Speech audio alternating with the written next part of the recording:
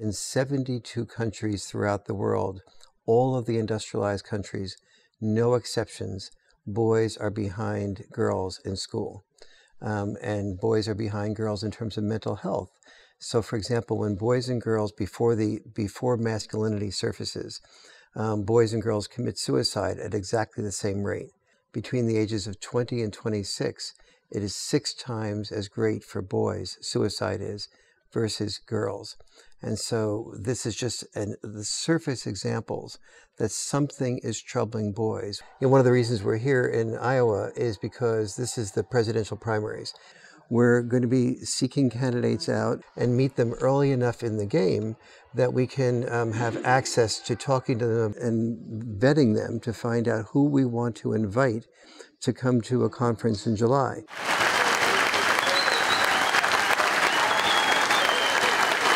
The reality is we know that children that have active and engaged fathers across a variety of indicators turn out better in different social indicators, and that's not a criticism of many single parent households, and many single moms are doing the best they can, but obviously it would be better for those children, better for society to have those fathers engaged. I'm trying to create a White House Council on Boys and Men because Obama created a White House Council on Women and Girls and forgot the other half of the family. Minor things. And the problems with fatherlessness are so extraordinary. And so we are creating a huge event on the day of the Joseph Story dinner that we wanted you to invite you to speak with.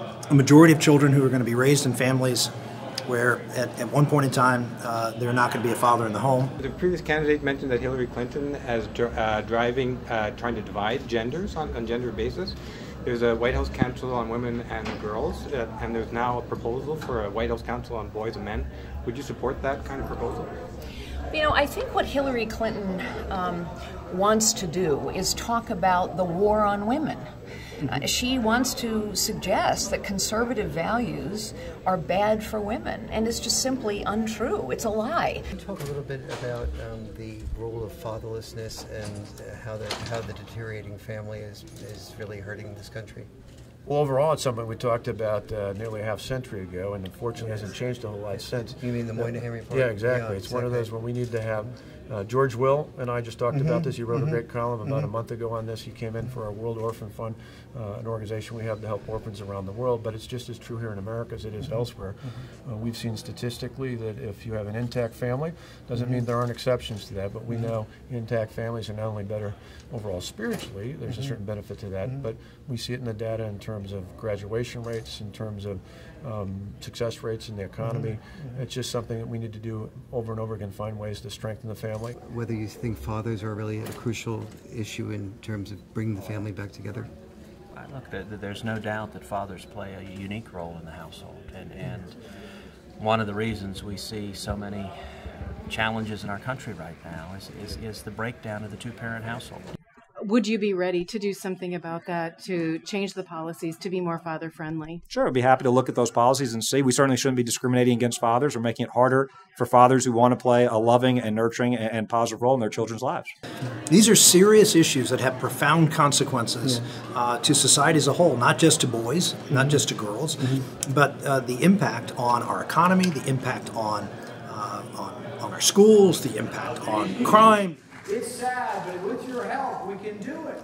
But then someone's got to say something. You've got to speak out. How are you on veteran affairs? There's quite an issue with veteran suicide. I think there's 22 a day now. How do you feel about helping the veterans? Or is there something we can do about that? Would that be an issue for you? It would be a huge issue because there's nobody in all of America that deserves the first fruits of our treasury more than veterans. They're the ones who kept their promises to us, and these were promises that involved the potential loss of their life and limb. This country has a moral obligation. It's not just a legal obligation, which we have. We have a moral obligation to fulfill the promises that we made to them. And if it means that we have to take apart every monument in Washington, chip the stones into souvenirs and sell them off to pay for it, that's what we've got to do because they've kept their promise. And anything less than our keeping promises really destroys the credibility of our government. Is Washington aware that there are 22 veteran suicides per day?